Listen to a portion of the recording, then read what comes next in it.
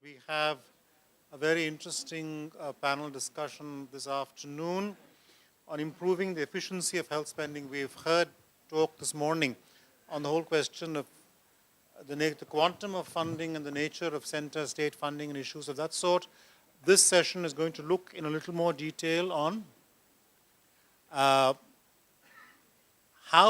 are funds spent in the health sector either by the center or by the states, and how can efficiency in health spending be improved. Now, we have a very distinguished panel to address some of the questions in this area. Now, I'd like to, leading from that presentation, I'd like to request Mrs. Sonik, Principal Secretary Health in Maharashtra, to say something about the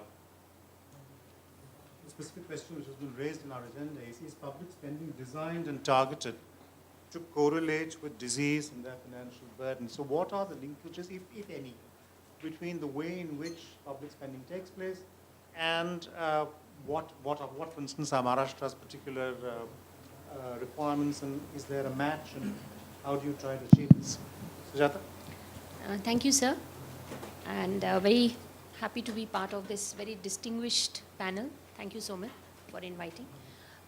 Sir, to answer your question, I think what happens generally is that although the whole exercise of putting funds where it is required most should happen bottoms up, but largely what you see actually happening in the field is that it's a top-down exercise, and it is largely unit heads who decide what the priorities should be.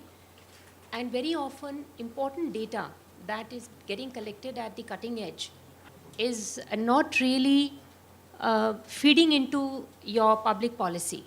So you often find that although there is a richness in the kind of information flow that is coming, but it is not necessarily feeding into the policy making of the state. Now, to elaborate a little bit more, what I would say is that we have today available to us a number of technological tools and also IT software tools which can be used to look at your disease spread in the state and put your money where it is really required, especially when we have heard this morning that there is a resource crunch and the envelope is not really increasing. So if you have a limited amount of money to be spent, then the most intelligent thing to do would be to put it where it is really needed most. But there appears to be a gap, and you're not able to actually meet your most critical needs, and that leads to creating very popular schemes which are insurance based. So you don't actually support your primary and secondary care to the extent that it is required, but you go in for some very high end programs where a lot of public fund is actually going into the private sector because that is the need. So, and you also find that within the state, the decision-making process allows such a scheme to come forward very quickly, even though you might be actually asking for funds for some very critical needs. You might be needing some equipment that you want. You may be wanting to hire more people, especially in the specialist category, but you won't get funds for that. But if you come out with a scheme where you say you'll impanel X number of hospitals and provide the care, you might find more takers for that. So, so really, it's always important that we should look at the figures of what the state's disease profile burden risk factors are before really going for a well-planned strategy to meet those requirements. Thank you. If I could put a supplementary question to you, Sujata. In your state government, is anyone batting for medical education and nursing education as a priority for public spending? So typically, first of all, in Maharashtra, these are two very distinct departments. Coalition politics of the state have ensured that these two departments have never come under one umbrella, and that is to the detriment of both departments. But more significantly, you find that both departments are grappling with issues, whereas they should be playing a complementary role. And yes, politically, medical education is definitely more preferred to public health, because public health comes with a whole set of issues. And you also find that medical colleges and the whole setup tends to become highly politicized units, not necessarily playing the role they are supposed to be playing. Thank you. Dr. Viroj, if I could just ask this question of you as well. In Thailand, is medical education largely public, private, public mixture? What exactly is the situation? For medical education, we have only 1 out of 19 schools private. 19 schools. 19 schools, only 1 private. 1 private and 18 public. I think that's an important For statistic. nursing school, I think 25% are private. 25% of nursing schools are private. I think those are very important statistics for us to remember. Thank you. Dr. Moore, I'd like to bring you into the discussion now. You've always been a strong votary of the notion that we need to completely reorganize the way in which we look at health spending. And that it's not just the quantum of the spend, but the way in which systems are built and how this money is spent. Would you like to comment on what you see as the barriers to efficiency in the current system, and how would you suggest addressing this? Thank you very much, sir. I'm very honored to be a part of this panel and this wonderful group to talk about specifically this issue of financing and how we may get efficiency out of this through reorganization. One of the messages that I took from Dr. Viroj's excellent presentation is that healthcare reform is a long agenda. Before we know it, 10 years pass. And whatever steps we take, we have to ensure that they are pointed in the right direction so that over time, you're able to get to where you want to get. And some of the principles that I heard from him, which seem to be something that echo from whatever little I understand around the world, is that when we think of the whole idea of how do we purchase health, we spend a lot of time earlier talking about how health can be financed, where will money come from? That's an important question. We spend a lot of time, a number of panels on who the providers might be, private or public. But we haven't spent enough time in India, for sure, asking the questions they asked. Who will be the purchaser? Who will actually buy healthcare? And remember, his system is public money, public provision. Yet, the purchaser is a third party, right? And that's an interesting mechanism. My understanding is many, many countries, I cannot speak for every country, but many, many countries have looked at this one issue quite carefully as to how are you going to organize money so that it is not paid in a way that's inconsistent with what you want, right? And then, of course, there is the second question, that once you have got a purchaser which is separate, how does the purchaser actually pay the provider? Does the provider pay on a line item budget, which seems to be the preferred way that we finance government? Or does the provider pay, the purchaser pay the provider on a fee for service? My understanding is that the world is moving towards these two mechanisms, the fee for service for private sector and line item budgeting for government, as not the preferred ways of financing health.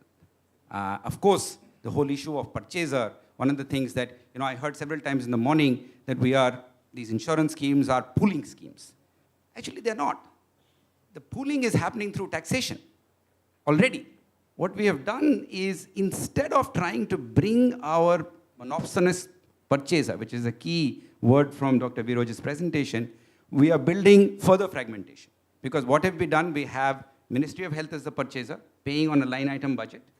We now have insurance companies taking the same tax pool and now paying some other set of providers in a combination of fee-for-service and perhaps DRGs. Now, I don't think the DRGs that we use are sufficiently tightly defined in the way that you heard about. Even there, while they are called DRGs, in practice, I think they turn out to be fee-for-service. And CGHS is a great example of a good aggregated purchaser. So, monopsonist purchaser, but using effectively fee-for-service as a mechanism to pay. ESIS. So it's a wonderful monopsonist purchaser, but it pays on the ground providers, the actual providers, on DRGs, which are almost like fee-for-service. If you look at the cost, per capita cost of CGHS, it turns out to be extremely expensive because it's largely hospital-based services without any gatekeeping, without any mechanisms that an independent purchaser worried about how the quality of care is to be done should be there. So my own sense is that if we are to make the break from the past and to think about some of the lessons from this mechanism, we will have to examine. There may be other methods that we can get efficiency out of currently government spending. We will have to think about how do we bring all of this money into a powerful purchaser, not a passive purchaser, and then change the way the purchaser pays the providers. Because we always say, let's use regulation as a tool. My understanding in developing country environments, regulation is a weak tool. It's easy to bypass regulation as a mechanism. It's better to use the power of money in a powerful way to get providers to behave in a way. So you don't worry about what they are doing. You know they will do what you want them to do because that's the mechanism that incentivizes them to do it. Thank you, Nachiket. If I could call in Dr. Langan into this discussion now, specifically this point that raised by Dr. Moore, the point raised by Nachiket about strengthening the capacity of government's ability to purchase services, recognizing that if for purposes of argument, that we are not in the business of actually being provider oneself, are we in a position to purchase this? And what kind of systems would work for this? And do we know from other countries what can work and how it could be made to work in India? Thank you, Mr. Chairman. I think Nashiman has opened the discussion with a good description of what's going on. We have a very toxic mix in India of line item budgets and fee-for-service. And I think we need to think about some of the models that Thailand has developed over the years, whether it be capitation, whether it be global budgets, whether it be some more sophisticated payment per admission basis. That's all fine. And I think that there are really 3 or 4 what I would consider sort of preconditions for success, okay, when you move to these more sophisticated systems. And I would also mention, too, that Thailand not only uses sophisticated models, but they also use blends. They also use blends because many of these models have good features and bad features. So they use blended payment models to actually counteract some of the perverse incentives. But going back to some of the preconditions for success, number 1 is a good information system. A good information system. Now, you can use your information system to develop your benefit package. You can use your information system to do contracting, but you can also use your information system to develop more sophisticated output-based or outcome-based payment models.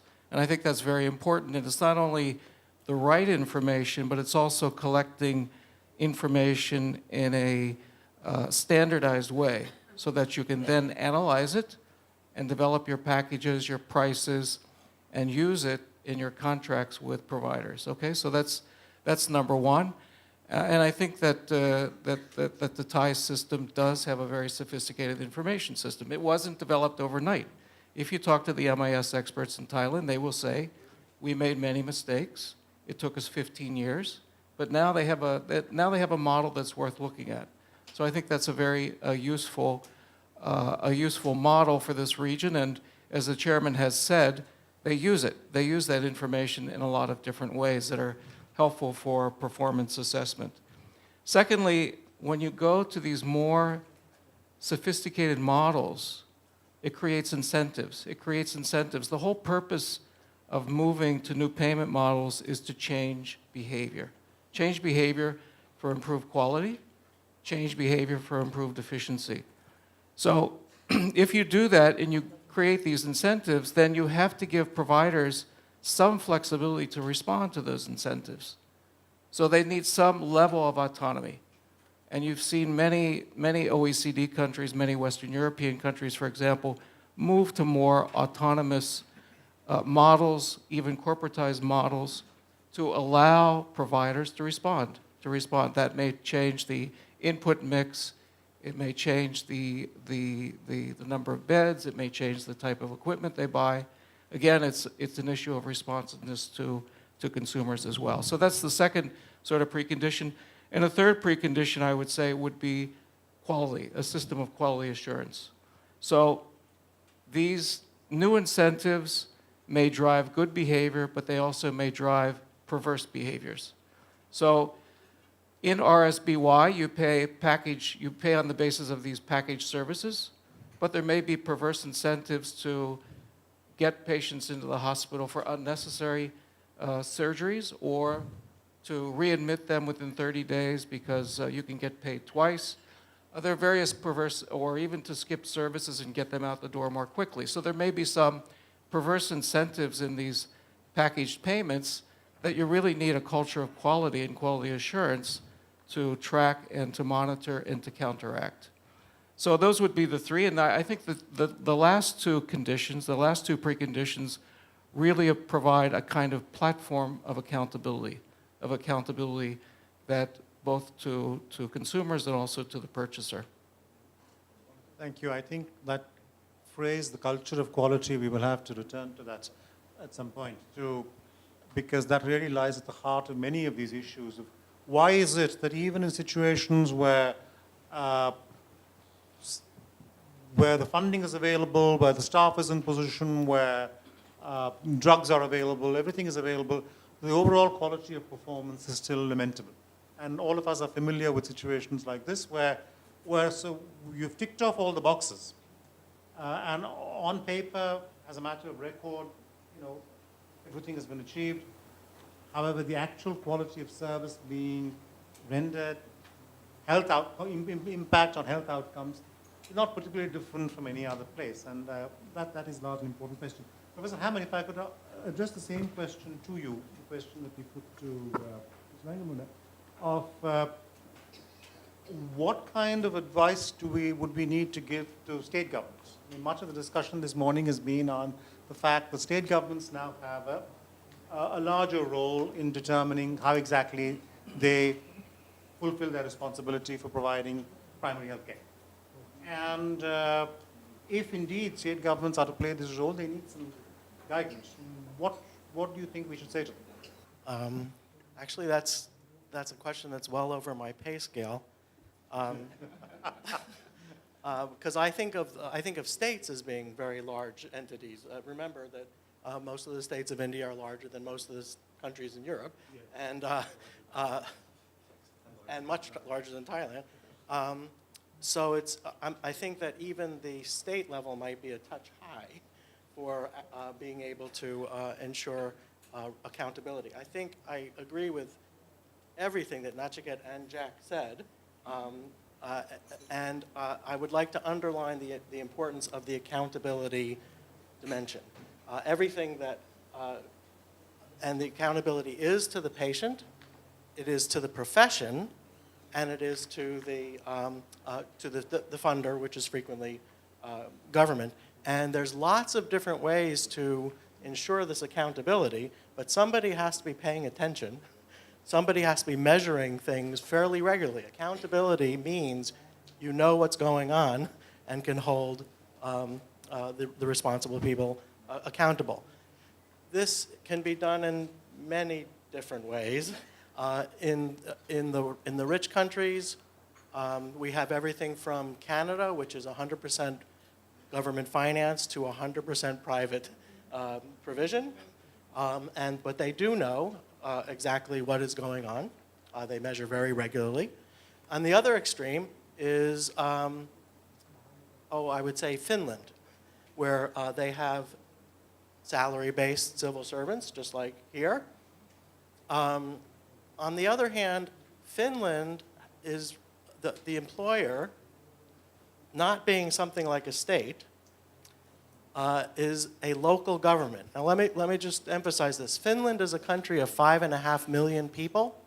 That makes it a medium-sized district in Finland. And they rely on local governments within Finland because they don't think that the national government is close enough or careful enough observer to ensure quality. Now, this is Finland. Seriously.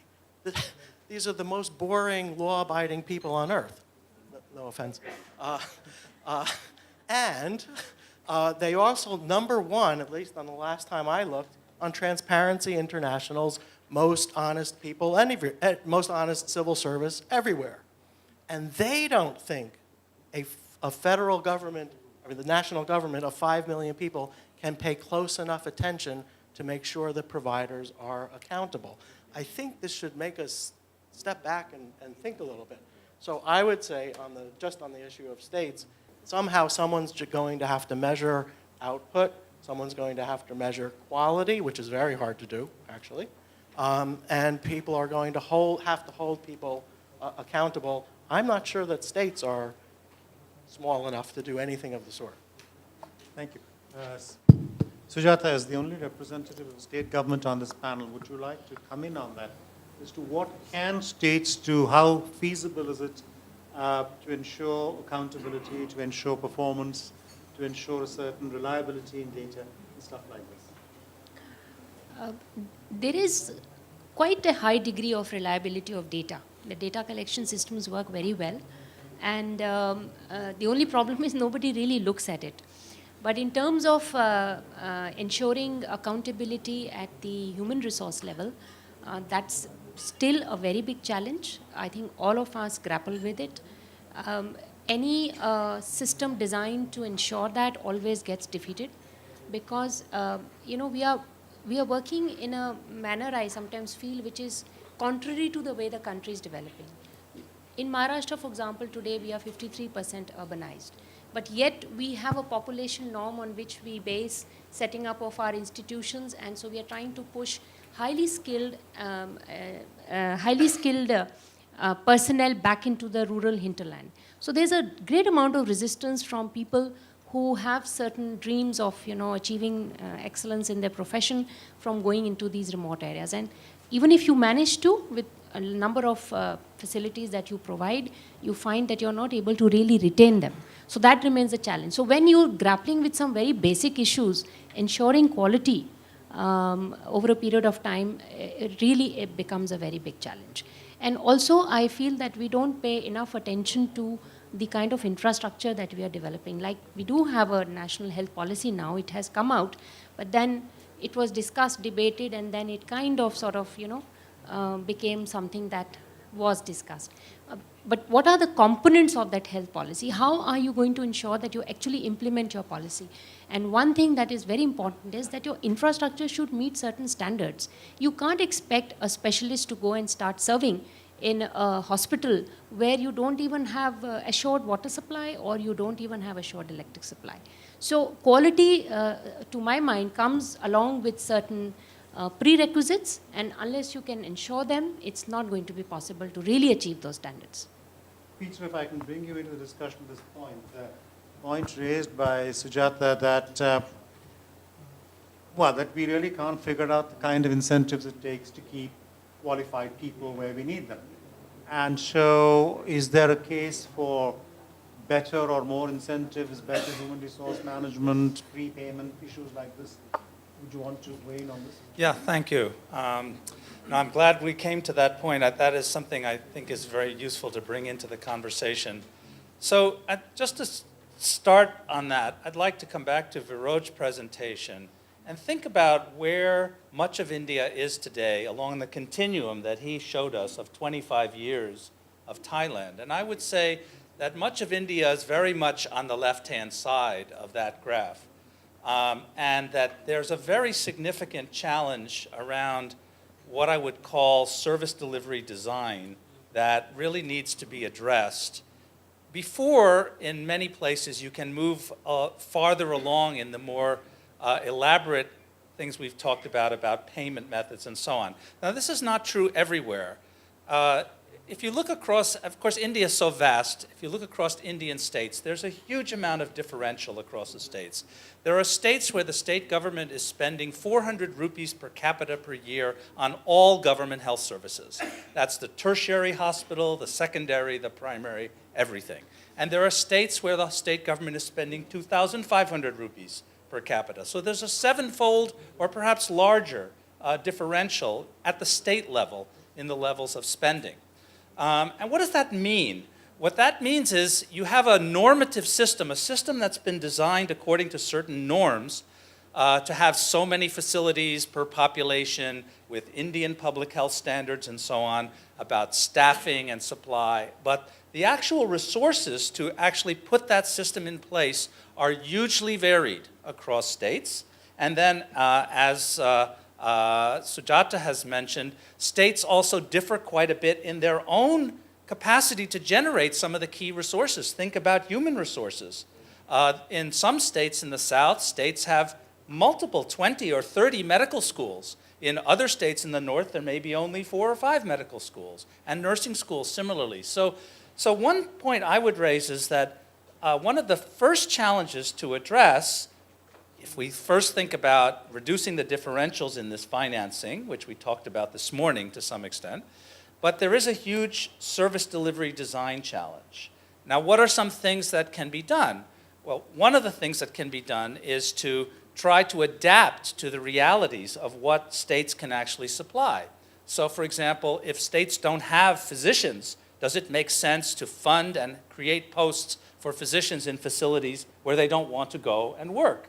But there's been great resistance to finding alternative strategies to develop more appropriate human resources that could be trained and are available. And so and human resources account for 70 or 80% of the budgets in these states.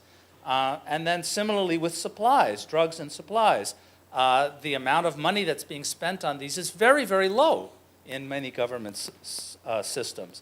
So you could finally get human resources into facilities, but you don't have the supplies and the equipment that they need to perform their jobs properly.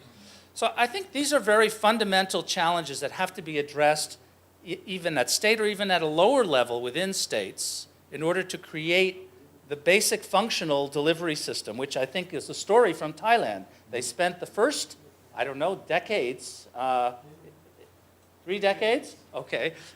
Creating a functional delivery system at the basic level, and that's in a country where, if I may say so, the civil service and the citizenry are accustomed to a greater level of discipline and engagement in performance. And that is something that is not uniform across Indian states, and I'm trying to be kind here. So it's a bigger challenge. So I would say that incentives are part of this picture in the sense that there do need to be appropriate incentives, but simply applying incentives to an infeasible level of resources or constraints that cannot be solved in the short run simply by financing. For example, you can't radically change the number of physicians in a state which has few medical colleges by simply making more money available, right? So these kinds of developments in the service delivery system are a precursor in some states to being able to move ahead with these more advanced methods of improving performance tied to payment methods and so on. But in other states, that's not the case. There are states that are ready to move ahead with these things.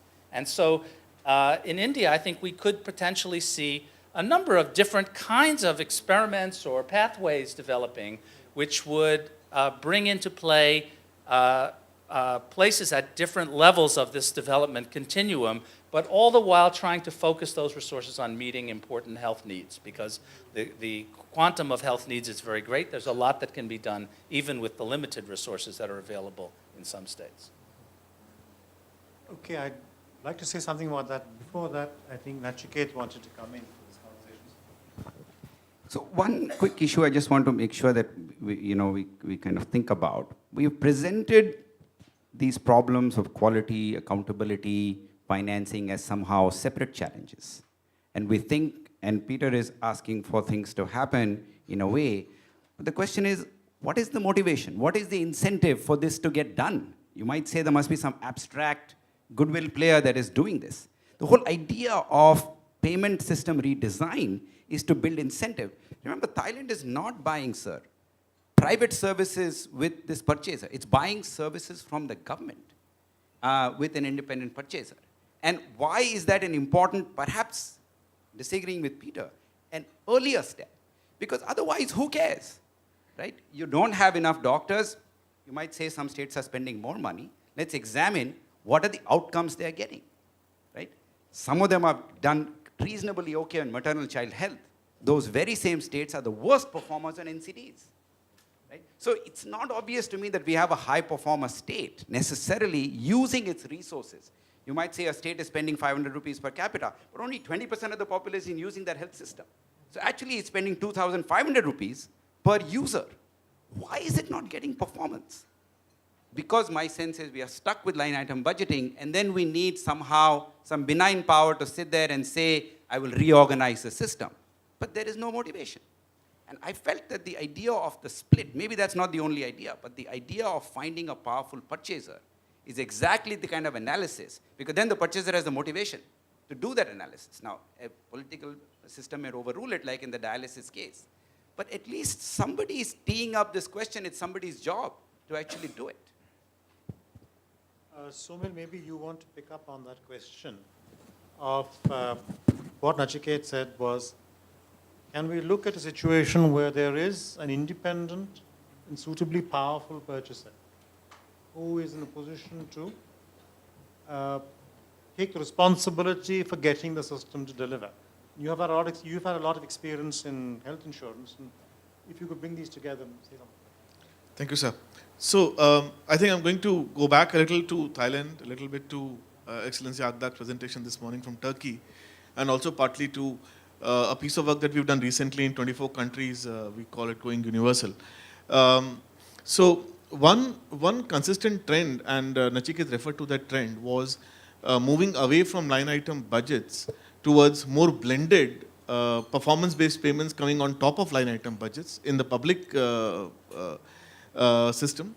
And the second trend we saw almost universally was on the private system when you were trying to purchase from private providers, and about half of these 24 countries were trying to buy from private providers, were to go away from a fee-for-service system to more bundled forms of payment, and they're also trying to blend it in some way with quality and other performance parameters. So I would agree that there needs to be a rethinking on how we can try to bring some of these blends that take away some of the limitations of the classic line item budget and the classic fee-for-service payments, which we are predominantly following on the out-of-pocket side for the fee-for-service and on the government side for the line item budget. And we have examples. So if you look at our own the redesign or design of the National Rural Health Mission in 2005, we brought 3 very promising innovations which were possibly at that time much ahead of the rest of the lower middle income country curve. So if you look at the reform we did in terms of financial autonomy by creating the Rogi Kalyan Samiti at the level of the hospital. Yes, Thailand did that 2 decades back. But not many countries had done it even when we did it. And that allowed these facilities to retain money and to be able to spend the money and to be able to incentivize. And this Rogi Kalyan Samiti later became, in a way, the mode through which the government-sponsored health insurance schemes could use part of the money earned by these facilities to be able to improve the performance of these facilities. And we've seen Kerala, Meghalaya, Chhattisgarh having a huge increase in the share of public facilities and in performance of these facilities under those programs. But those programs are limited. They're limited to hospitalization. Can we learn from those principles and start applying them to primary care, to applying them to what more that we did, and doing some of that blending of performance-based payments is one thing I would like to put on the table. The second thing we did in NRHM, sir, was to introduce a full cadre of a worker which was entirely paid on performance. We have 1 million ASHA workers who are paid only on performance. The world has experimented with performance-based payments on top of salaries, but we actually have a whole cadre that only gets paid on performance, but we haven't extended that experiment even partly to trying to do it with our mainstream workers, like an A&M trying to do NCD work, or a lab technician trying to also be multitasking as an emergency medical technician with some more training. So we need to think of some more of those examples of being able to reskill, multi-skill, and building some of those performance-based payments on top of our regular workers. And I think we've shown enough flexibility on the public financial management part throughout. NRHM introduced global budgets. It introduced the fact that the ministry would not have a line item budget and could really get a global budget, something that Thailand had also done. this purchasing unit also exists in a way. So if you look at it, the State Health Society is an autonomous entity outside the state government and can pretty much do what the NHSO or the SSI in Turkey or the NHSO in Thailand has been able to do in terms of getting some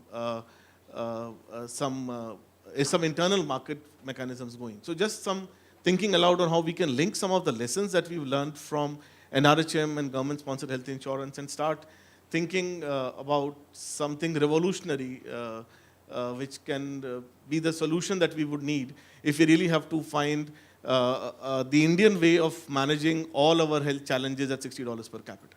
Back to you, sir. Well, I have two quick questions on that. One is, yes, the ASHA is, of course, it's a very important development, and as you say, over 1 million women playing a very, very important health facilitation role. But I've always had the feeling that one shouldn't run away with this notion that an ASHA type of person can do everything. And there is a limit beyond which services cannot really be identified, quantified, and paid for. Because even the examples you gave of a lab technician doubling up as an ambulance driver or something, it seems to me one should be very careful about the level at which one applies this kind of multitasking. And I certainly don't believe it could occur at a slightly more senior level. I mean, the big question really here in the context of what we were saying earlier about incentives, etc., is would some variation of the ASHA model work for a physician or a surgeon in a district hospital? I don't even think we should be going there. So this is just, but I'm sure there are people in the audience who have a view on this. The other issue which has come up several times in this discussion is this suggestion that line item budgeting as something, I think implicit in this is the criticism that this is what the health ministry has always done, taking away in some manner from the authority and responsibility of the state governments or more decentralized units to make similar decisions. And that, yes, but are we sure that if we remove the trappings of line item budgeting, that whoever it is who now has the responsibility to make these decisions has the capacity to do so? I mean, all these years, though health has been a state subject, the sheer fact that the government of India has funded so much of healthcare activity and has laid down some guidelines and directions in the matter has pushed things ahead. I mean, we shouldn't be critical of what we have been able to achieve under disease control programs. Absolutely. And so if we now say that no, line item budgeting is a bad thing and we shouldn't be doing it, then do we know that the states know what to do in this way? Anyway, so can I just take 30 seconds? So what I meant with the ASHA worker was not that particular worker, but the principle of paying on performance. The fact that we have agreed to the principle of paying on performance and paying against outputs does exist in our system, and that's a win. Paying for performance also implies that I get my salary for doing nothing, and I will only be paid for performance beyond that. I mean, one must be careful about how one interprets paying for performance. We will come back to this. Yes, please. Sorry. So I do think that payment methods and incentives are a critical factor in improving performance. I very much believe that.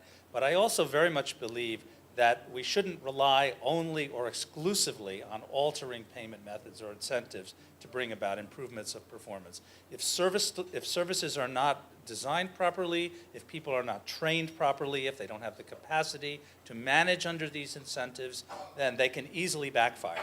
And so I think we need to see this in a more comprehensive framework, and also one that's highly differentiated across the states and even within states, because there are very different capacities even within states. So there needs to be many different approaches to improving service delivery performance. Payment methods should certainly be part of the menu, but not the only item on the menu. Yeah, completely agree with you, Peter. And I think that you know, in the case of India, you have a couple of options that we see globally. One is you can start doing pilots, and you're already doing pilots, but you can make pilots an institutional part of the change, right? An institutional part of the change over time.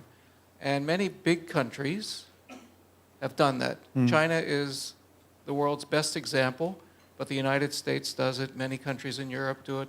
They, on a regular basis, do pilots. They look at organizations, they look at organizational change, they look at payment changes, they look at various dimensions, and they try things out. And if they work, they can scale them up. A second way is to think about this over time, right? You can't do these things overnight. You have to phase them in. So some of the payment changes in Europe took 3 to 5 years. In Germany, they took 10 years.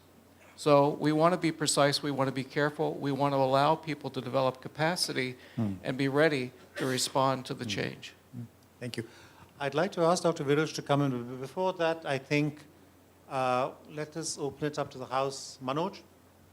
Just wanted to share some experience that we have had for the last 3 years as part of the NHM funding. There is one part of the funding which is more like an incentive-based funding to the states. So this is more like a performance-based funding, and also in terms of doing those critical key health sector reforms. So like reduction in IMR, reduction in MMR among states would, higher rate of decline would fetch more resources to the states. And similarly, in terms of more facilities quality certified, or more facilities who get a quality, I mean, there's a star rating kind of a thing based on the HMIS data, so people begin to use the data, and based on that data, they are able to claim more funding, and operationalizing more FRUs, or operationalizing free drug scheme or free diagnostic schemes, etc., which fetch more resources to states. Now, what we are seeing is that about a dozen or so states really are excited by the idea, because they are in a position to utilize the full funding, and they are keen to take more resources. So they are the ones who really are keen that, okay, where are we figuring? And then we have rolled out free drugs, and we have now done free diagnostics, or we had, so many FRUs have become operationalized, etc. But there are many states like, say, UP and Bihar, who are anyway not using their full resource envelope, and over and above, they could have earned some incentive. So where it's not really working. The second is that this does not really get translated. While it may cause some excitement at the level of state level, it doesn't cause enough excitement at the level of facilities. So in terms of, I mean, one has been trying, and all states have been trying various incentive mechanisms, team-based incentive, individual-based incentive, etc., across the states to leverage performance. But there are just 2-3 things that one would want to say. One is that you need to have first the systems in place, and then to make sure that system is able to really perform to the optimal, you can have those design of incentives. But if you don't have a doctor or even a mid-level service provider in a facility, whatever design of incentives we do, it won't really work. So there are a whole lot of areas in UP, Bihar, etc., where just barren. No public sector, no private sector. We have been saying for FRUs, I mean, the line that we say to the states when the PIPs are there, you pay what it takes to operationalize an FRU. There is no upper ceiling for getting a gynecologist or an anesthetist. You pay what it takes. I mean, that is the general refrain. Despite that, we have not been able to operationalize FRUs because there are scarcity of certain skilled HR who wouldn't probably be prepared to go. So I think we have those HR challenges which need to be addressed. In terms of this financing, in terms of global budgeting and all that, I think there's already enough flexibility within NHM, and we have a lot of block grants given to the facilities, etc., where there's nothing tied. I mean, it's an untied grant. But also, I think we need to look at, I mean, where nobody is talking in terms of the financial monitoring or audit, or, you know, the capacities of the system to ensure that the money is well utilized. I think simultaneously our own capacities to do good financial management also need to improve, otherwise you will have scandals coming up, because our own capacities to manage public systems is rather poor. So I think we need to look at those aspects also. Keshav? Thank you. Just 3 points. The first is, you know, we are talking since morning on how much government spending, 1%, 1.1% or whatever, and how much we can increase that and how much more effectively we can use. But there's a huge 3 to 4% being spent by the private sector anyway. And that is the in the worst way this is being used, paying at the point of service where you have no bargaining power, where you are totally at the mercy of the provider. So actually how to utilize that also in a more efficient way. So one is that we increase the government spending anyway, what we are doing. But second is that can we do something about it where whatever is being spent can be leveraged in a better way? And that links to the whole point which Mr. Jalani mentioned and what's being talked, that are the government facilities equipped enough to handle additional incentive-based systems and all? And that's where, for some of the states, for example, I remember in Himachal, they had done some interesting experiment where they said that, if you want to do a post-graduation, if you have worked in the rural areas, you get some incentive. So it was not a cash incentive, but they were able to find a lot of young doctors who were able to work in the field because not for money, but for us, some other incentive. And that's where my question was for Viroj also, that what Nachiket was saying, that if you use purchasing as a tool, because purchasing is not only a financial tool, it can also work, for example, incentivizing quality. Right now, a hospital has no incentive to improve their quality. Even in the public, you can at least push for some things. In the private, they have no incentive. They're getting patient, they're getting money, why would they worry? But if you use purchasing as a tool, can you actually push for improving the quality? And I think in Thailand, they have done some of these things. So if you can share that with the audience, I think it will be quite useful. Thank you. This is just a follow-up on the Thailand example and what Somil was saying and what Peter was saying. Have we done an analysis of RSPY? Because there the government procures the services of insurance companies who enter into a contract with private as well as public hospitals, who in turn get an incentive against the claims raised. They get the money which the hospital gets to keep. So do we know whether this kind of purchase of services from the public hospitals has made a difference in their performance? On hospital quality, we have two tracks of quality improvement. One is through Hospital Accreditation Institute, which is very critical mobilization of clinicians, public health, hospital staff. They have an annual conference for the last 7-10 years. And each year there are 7,000 people join in. It's a community of quality improvement, no matter the insurance fund pay or not pay, because it's their quality concerns. So that's one track. The other track is NHSO pay on top. We have a stepwise step 3 is the full HA, hospital accredited status, and we re-accredit every 2 years because there's no permanent accreditation. Got one budget, additional budget from NHSO, step 2, step 1, and step 0. Based on this, for the last 7-10 years, the remaining step 0 become less than 5%. They gradually move to step 1, step 2, and the full HA status in step 3.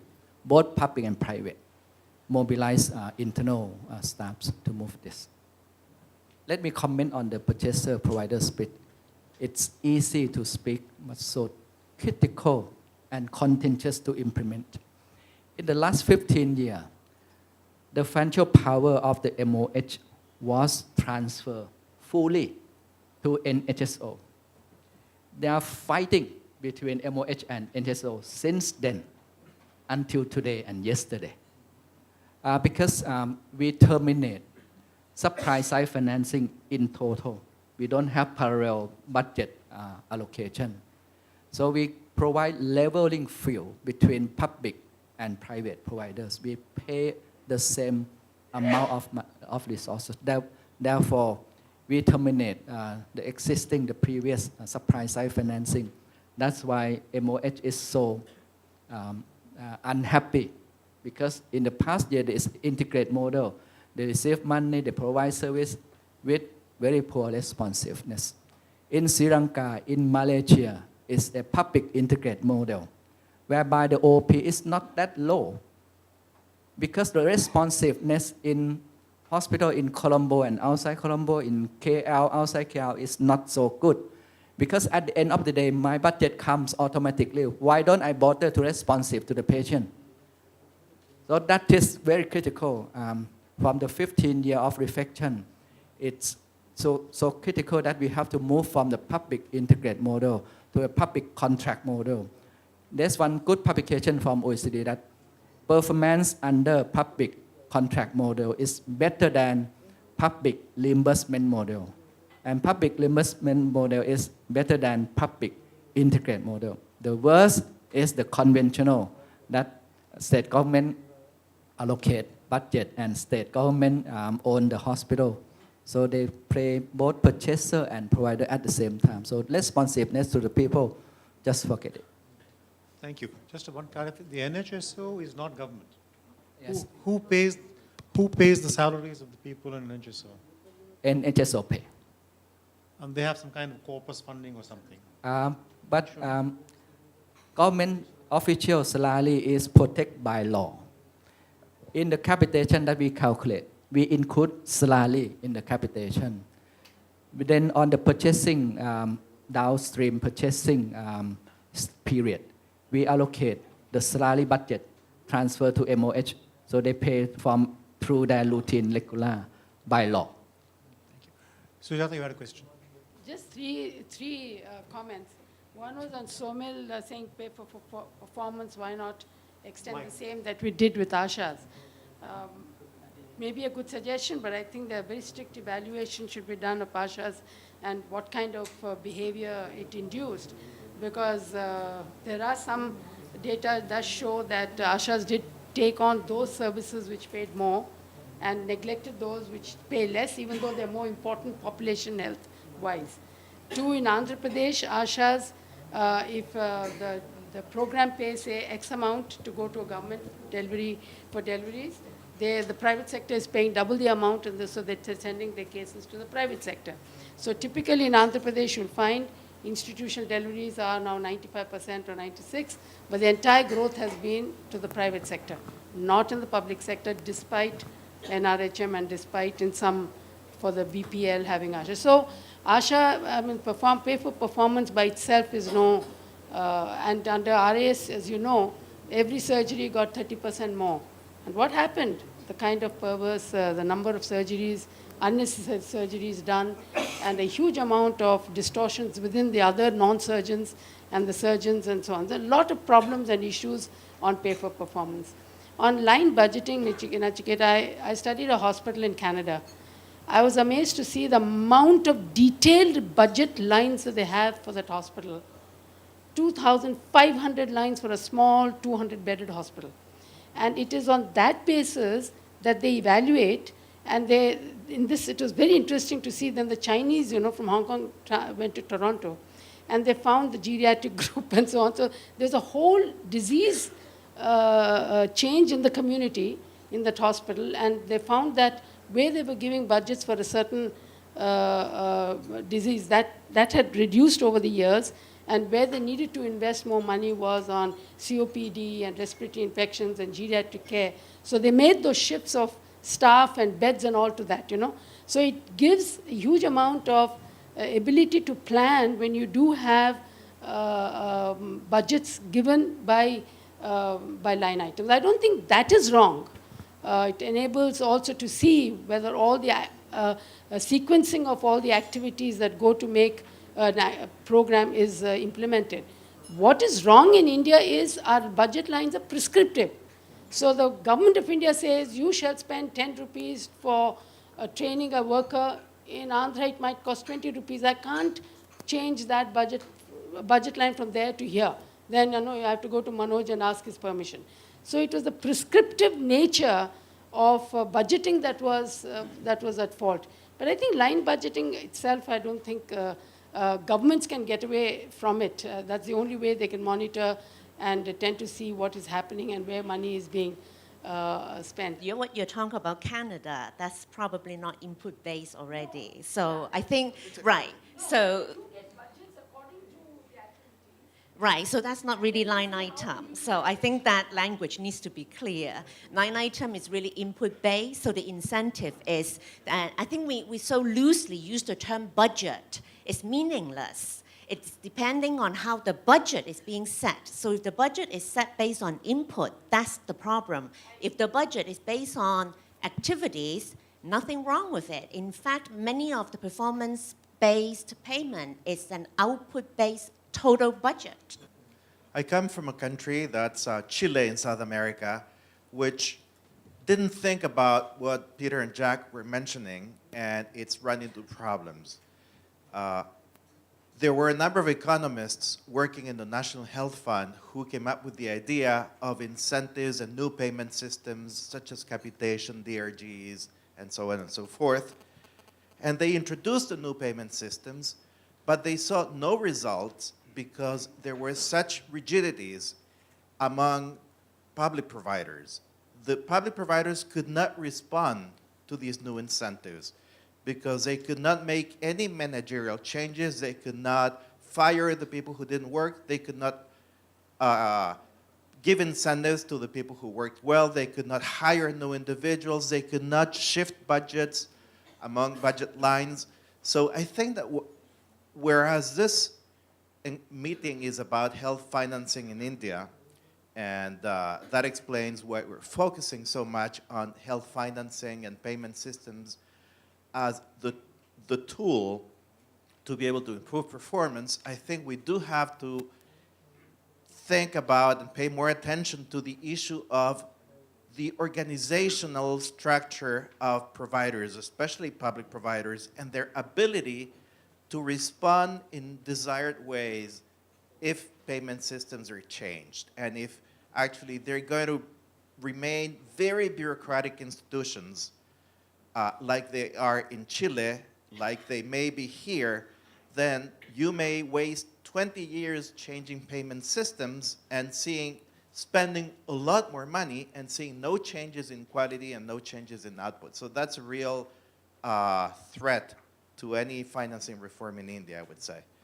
Sir, I'm taking up the thoughts that Mr. Nachiket left with the audience. You said that maybe a single strong purchaser along with the fee for service may be a good option for our health systems. Is that so? Or should it be tried? No, just to be clear what I said, is I believe provider payment is a separate question from how purchasing is done. The Asha example is a bad example. That's an example of an individual getting paid on the basis of some outcomes. I'm talking about how Ministry of Finance pays Ministry of Health. Now, Ministry of Health may still wish to use salaries. Question is, if Ministry of Finance says, I'm going to give you 2% more money, but now I'm going to give you 3,000 rupees per delivery. I'm not going to give you salaries for your doctors. You have to figure out in that income how you pay your doctors, how you allocate them. And I see the point that the gentleman from Chile is making, that you need organization structure to change. The question in my mind is, what is the incentive to change? He is aware that there is a problem because he actually put a purchaser in and got no result. Earlier, we didn't even know there was a problem because the belief is there's not enough money, so we need to get more and more money, and then we'll get outcomes. So that's why I believe it must precede, not follow. And it's a very different question from how do individuals get paid. That needs a different structure. Sir, so I just wanted to say that, just respond to a couple of questions. One, I fully agree with Ricardo on the fact that unless there are signals perceived by the institutions, our payment mechanisms are not going to be working. And it is the facilities who should perceive the signals, and it is people within the facilities who should perceive those signals. So Nachiket, I don't think that the issue of performance-based payments or incentives, whether they be monetary or non-monetary, is limited to the facilities or institutions. It has to be trickling down below. Even if I give global budgets to facilities and the hospital manager has no control on the emoluments and incentive structures that flow down, he may not be able to do much even if the facility has autonomy. And I'll request Jack and Viroj to come on this because they know much more about it. Asha may be a bad example, sir, but that's the only example. I was referring to the building blocks that NRHM created. I was not saying something about what I would like to see, but the building blocks that NRHM created to be able to think about health financing and efficiency. NRHM created the Autonomous Hospital Management Society, the Rogi Kalyan Samiti, the body that can receive and retain payments, and was allowed to take money and use it for hospital expenses and to give incentives. There's something created under that. I'm just mentioning that this is something that NHM has done. And the second thing that NRHM created was the ASHA worker. I don't have any other example of us doing pure performance-based payments. We do rural area incentives, we do hilly area incentives, but those are fixed, they become part of salary. We don't have any other worker. We may not have calibrated those incentives well, and we may not have trained the ashas well, and that's a very separate question. And it's not just about the ashas, it's about the principle of measuring performance, and we should do it even more objectively than we do it now, and then trying to see if something can be linked to it to be able to both measure and incentivize performance. And again, that's something where we have excellent examples from OECD, Turkey and Thailand, and really hope that we can learn from them. And the third aspect, which just wanted to quickly mention, was the line item budget is input based and is rigid. If you allow me to move between heads, then that's not line item budgeting. And what you may have 2,500 heads of accounts in which I will give accountability. And giving you a global budget does not mean that I shy away from telling you about where I spend the money, but just that I have more managerial authority to be able to use the money where I need it. So if I think that technology will help me reduce human resource costs, then that's something that the institutional level autonomy allows them to do. In principle, the PIP approach was that, ma'am. I'm saying. You can ask, there's a finance secretary here, and I think there are a lot of government officers here. Is it all possible and conceivable? But NHM did it. I'm only talking about what NHM did. Please listen. District hospital is given to 500 crores and said, now baby, you can go and do whatever you want. Ma'am, it may not be 500 crores. It may just be 2 crores, or it may just be 20 lakhs. Even by 10 lakhs. There is no way you cannot budget in public finance. No, you. You may do it in private sector. In public finance, you are accountable. And it is a CAG audit. Let me come at the rescue of my colleague. Let me give you an example from Mexico. The case of Mexico was mentioned by Stefan in the morning. And this reminds me a lot of the discussions we had in the run-up to the reform. And let me tell you the two things. One is you can't move away from line item budgeting from one day to the other. These payment mechanisms, you shift to them gradually, and you always retain components. So in Mexico, what was mentioned about budgeting based on per capita enrollment in Seguro Popular was done for an additional 1 percentage point of GDP that was added to the budget. But what was already being spent remained the way it was spent. So nobody is saying that from one fiscal year to the other, you move from line item budgeting to per capita or to global, but you can use those mechanisms to channel additional money. And it is possible. In Mexico, if you look at the budget today, the budget of Seguro Popular doesn't have line items. It has a per capita amount that's multiplied by the number of people you enroll. And it has explicitly defined, fully funded benefit package. How each state manages to deliver that package is not the business of the federal government. You create a league table of outcomes, and that's what competitive federalism looks like. Today, you have people moving in Mexico from one state to the other because the health system in the state is better ranked than the state where they live. Because every year, a league table of outcomes of each of the 30 states is published and is public knowledge. Right? So you can actually move away from line item budgets. It's possible. Countries have done it. But it's not like you move away entirely from it, and it's not like you move immediately from it. It's a gradual process. We have quite similar mechanism like Mexico. The NHSO budget is a capitation budget multiplied by 47 million people. Then this budget for outpatient, we allocate based on age-adjusted capitation. Then when the budget comes to the hospital, the contractor provider, it becomes non-budgetary source. It is flexibly used. You can use to pay overtime payment, purchase medicine, purchase minor equipment, but you are not allowed to build a hospital or hospital bed. It's a major item. You have to request budget line item from a national government. Therefore, the hospital revenue is flexibly used by rules and regulation by the MOH. There's no, you can use whatever you want, but you are subject to audits every month, financial audits. So this is, we have financial autonomy in public hospital for the last 40 years. Since I was young, 25 years old, and work in a district hospital, I manage my own purse string. So I know what to spend, how to spend. Yeah, there's another question which I'd like to put to the panel, and maybe people in the audience will also want to respond. For whatever reason, a lot of this discussion this afternoon has taken place in the context of NRHM, NHM.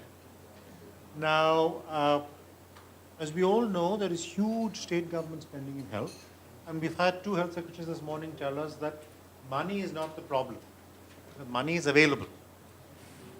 I think, have we addressed this question of those items which are entirely within the state government's purview, what they're taking decisions on, what they're spending on, unconnected to NHM or any regulation that, or any oversight that Manoj may exercise? What is happening here, and what lessons do we need to learn from that experience? Peter? Yeah, I'd like to comment on that. So I think there's two parts of that question. Both of them are very important. Firstly, in the public service delivery, 70% or so of the total government expenditure is states-owned revenue spent by the states. A large part of that money goes to the state hospitals of various levels and so on, but also a significant part of that money goes to primary care. It pays the salaries of the staff in the CHCs and the PHCs and the supplies for those facilities. Some of that is paid by union funding through the National Health Mission, but some of it is also paid by the state's own budget. And what one starts to look at, and I think a lot more of this should be done, is the allocation of these resources amongst different kinds of inputs and how these are related to performance and needs. For example, the norms that allocate human resources to health facilities are very rigid, and they're not necessarily related to the demand for services or different needs in different areas, or even the availability of different kinds of human resources in states or in different parts of states. So what you observe when you look at the distribution of human resources, and we've been doing this in several states, is that within, let's say, blocks in districts, there's a huge variation in the number of staff per capita in blocks, just because of the historical pattern and the rigidities in the distribution of these resources. So there is a lot of potential, I think, for improving efficient use of resources, even through these public systems totally under the control of the state governments. Actually, opening this up to a broader set of budget items, including line item budgets, it's frequently very frustrating to talk about health in India because a lot of the discussion immediately goes into medical care. One of the things that we could tell states, or that we should suggest to states, is that the basic 19th century public health interventions, which are seriously underfunded in India, really needs to be done much earlier. And in fact, a lot of these finance systems took in the West and in Thailand, if I remember studying this carefully some time ago, a lot of the basic public health things have already been done. And then they start worrying about what medical care needs to be on top of that. So water, sanitation, vector control, health information, hygiene, drainage of swamps, thousands of things that are seriously underfunded lead to a very high burden of disease and could take a lot of the pressure off of the medical care system if it was adequately done. So if I were to say, yes, there are some prescriptive line item budgets we might suggest to state governments, it is in fact to cover these basic public health interventions. Thank you. But that leads me to another question. Are institutions of local self-government shouting about these things? Are Panchayat Raj institutions talking about these things? Because this issue has come up again and again in the conversation about who is assessing performance, who is voicing demand, who is reporting on what quality of service is being delivered. And at some point, I mean, one case has always been made that Panchayat Raj institutions, they have a legally mandated role to play in this. Now, why is that not happening? I mean, do we have any answers to this? Why, at the lowest level of public representation, and they're the ones who are looking at these facilities, whether they're schools. I have some experience of Gaon Shiksha Samitis and what their role vis-a-vis the functioning of a primary school, and it was completely hopeless wherever we looked at this. So is that, given that we need to develop models in India which work in our context, is there a role in Nachiket? So my sense is that, in a way, RSBY is your accountability mechanism. Because why did people introduce it? Why? Because we said we refuse to move from line item budgeting for state provisions. More and more ministries of finance, you talk to them, they say, well, then we will do more insurance, because at least we are handing over money to the people. Because actually RSBY is exactly what you want. Community accountability, except now it's the individual. He's saying, I will go where I want. If you don't give me performance here, I will go somewhere else. My anxiety, so and again, this is an older paper, Khalijan Dasgupta, which looked at Indonesia, very high community accountability. They basically said, I'm going to move entirely to curative care. I went to West Bengal to look at the panchayat. Effective player, he shut down his sub-center facilities, moved to ambulances. My sense is demand-side financing and demand-side accountability, maybe you need some of it, but really not get away from. And so just to make another comment, I was not talking about NHM versus state. I was talking entirely within the state government as to how is money being spent by Ministry of Finance vis-a-vis the Ministry of Health, and how is that accountability structure working? Because demand-side financing is the preferred alternative of RSBY, RAS, because they are not getting the performance outcome. They are saying, let individuals decide. I worry that that's not a good direction for us to go as we think through how to build a health system. It's not really individuals deciding. It is the largely private facilities empaneled in the RSBY that are deciding. No, the individual has a card, he the- goes where he wants. 12,000 hospitals. No, Nachiket, you know and I know that's not quite correct. Thank you. I'm sorry, I wanted to go back a little bit to this discussion about line item budgeting. I'm from the World Health Organization, and we also work a lot in this area. I mean, I think the points about line item budgeting versus performance-based payments, I think a lot of that discussion has happened. But I think the essential thing not to forget are the points already made by Peter, Jack, and Ricardo, is that we need to have whole systems that can respond to changes in incentives. So if you don't have any autonomy of facilities, if I as a health facility can't choose what medicines I'm buying or what health workers I'm hiring, me getting paid based on my performance is going to be very, very limited. I won't see any, you won't necessarily allow me to actually respond to that. In the Indian context, if you make it broader, as I think Ms. Sonic was talking about earlier, if you don't have any doctors, or if you don't have any nurses in certain rural parts of India, performance-based financing is certainly not going to be any magic bullet. So the system has to be built around, and you have to think around the whole system.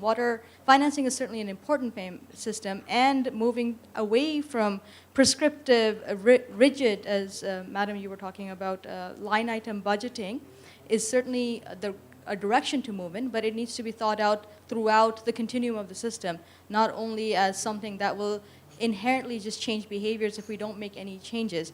A simple condition might be, if you want to pay, for example, a nurse based on how many vaccinations she made, you need to give her the vaccines, you need to give her the syringes, you need to have a cold chain management. If you don't have any of these systems to support behavior change, then actually just paying more is not going to lead to anything. My guess would be lead to more pilferage and inefficiency. So these things are certainly, in the international evidence, certainly points in that direction that we need to move away, but we need to move away in a way that's very well thought out and adapted to different parts of India and in different contexts of India. I'm Shrikant Baldi, I'm Finance Secretary Himachal. I'm in Finance Department from last 5 years, and there's a lot of discussion on line item and budget, so I thought I should also contribute on this. Indeed, you must. Yeah. The debate on line item and the activity-based budgeting, in India, we have a centralized system of major heads and minor heads. All of you know 4-digit major heads and 3-digit minor head, and then we have the object head expenditure. So the issue in our system is that we have a input-based minor heads and major heads, and unless we have the program heads, like in case of health, we are providing that for this activity, for scheduled caste component, this is a minor head. There is a tribal subplan, there is a minor head, and then we have SOY's salary and other component. If we need to provide for, let's say, MMR, then we should have a budget for MMR and a program head for that. So that has been the movement going on with the CAG and the Ministry of Finance. And unless we do that, we have to go with the present system of input-based thing.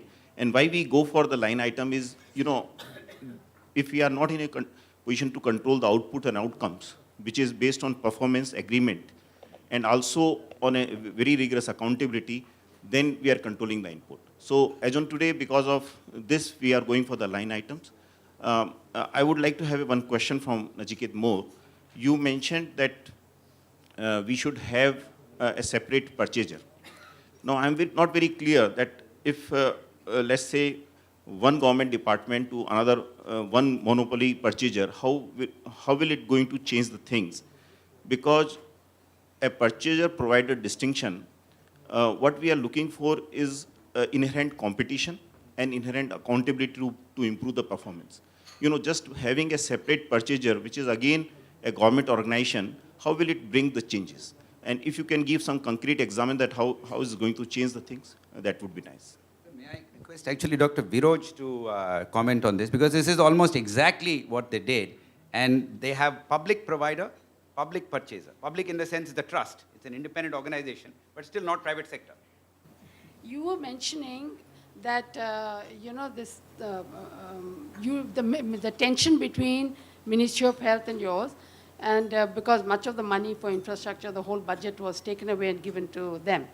Now, that became feasible in your country. I mean, I'd like you to comment, because you already had a sound delivery system and providers in place and developed. Now, I'm referring to Ghana, where they did make the split between provider purchaser.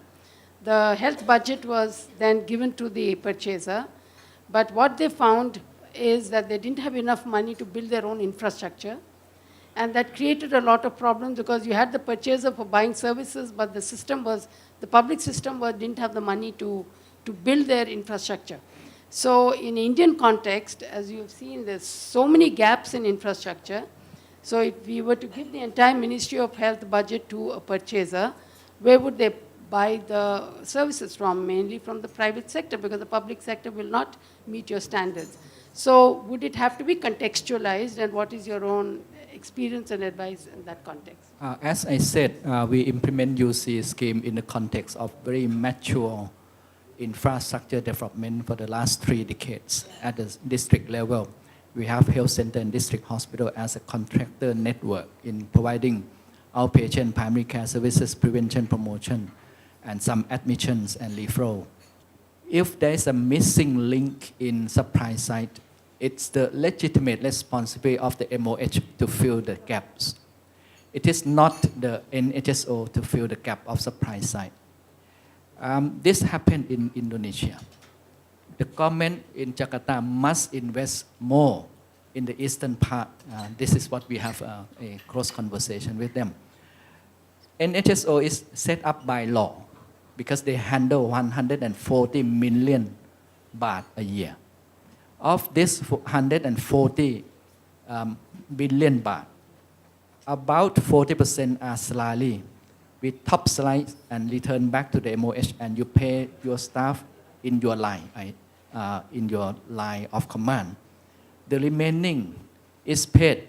The remaining is separate into 2 pockets. One is OP. We pay based on adjust capitation to a district health system. Contractor, how many population you have, similar to Mexico. For inpatient, we hold a global budget and use to reimburse based on DRG, relative weight or cost weight. You send us the information electronically on all admission, discharge, and they compute and calculate the RW. We divide the total global budget by the total relative weight. So it is a baht per cost weight. It will reimburse back to the hospital accordingly.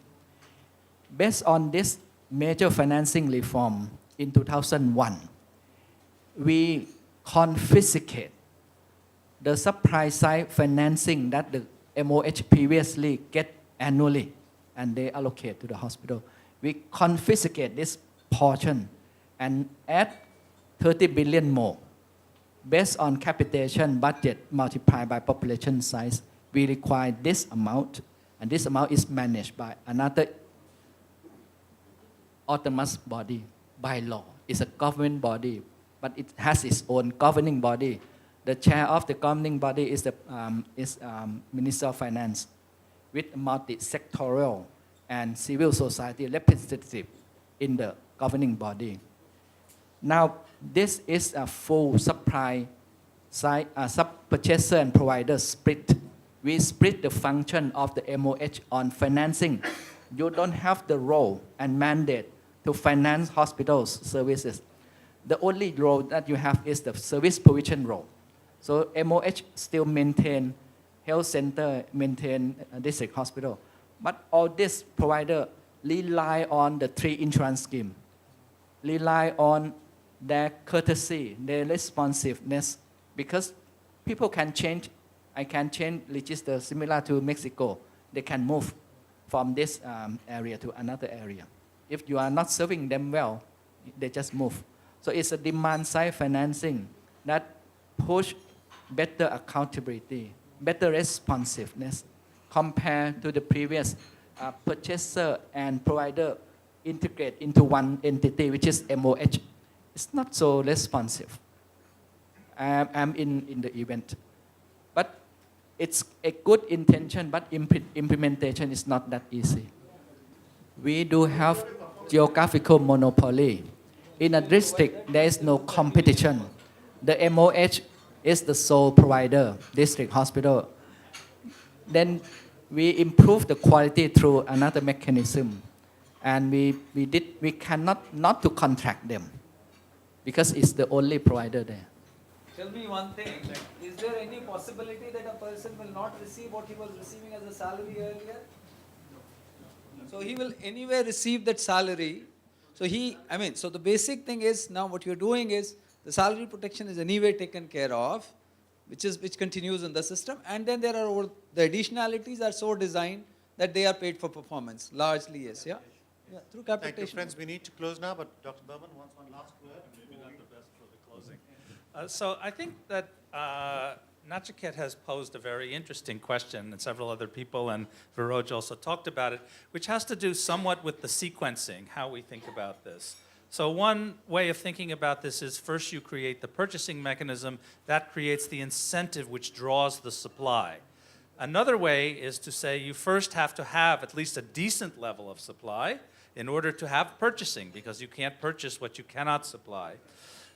The first pathway is interesting, but it runs the risk of actually financing a more of a private delivery system, which I think most people feel is a risky thing to do and maybe a slow thing to do, especially in rural areas, something that's not going to happen very quickly. The other way to go runs the risk that, as Nachiket said, what made those Thai district hospitals and clinics perform well in the first place? And that is a big challenge because you need a public system that has a certain amount of capability to function properly. And how does that come about? And it comes about, partially through this disciplined public sector, the professional dedication of the people who work there, and a system that fosters that dedication. And that is also a big challenge to create that. I think today in India, there are some places where that already does exist. But there are other places where that doesn't exist very well. And so that's why I think different strategies might be needed in different places. Thank you. Friends, we come to the end of this session. I think we've had a very, very interesting session. I'm not presuming to summarize the discussion, but I think we at least agree on what the questions are, even if we don't know what the answers are. So thank you all very much. Somil, Sujata, Viroj, Jeff, Jack, Peter, Nachiket. Thanks very much.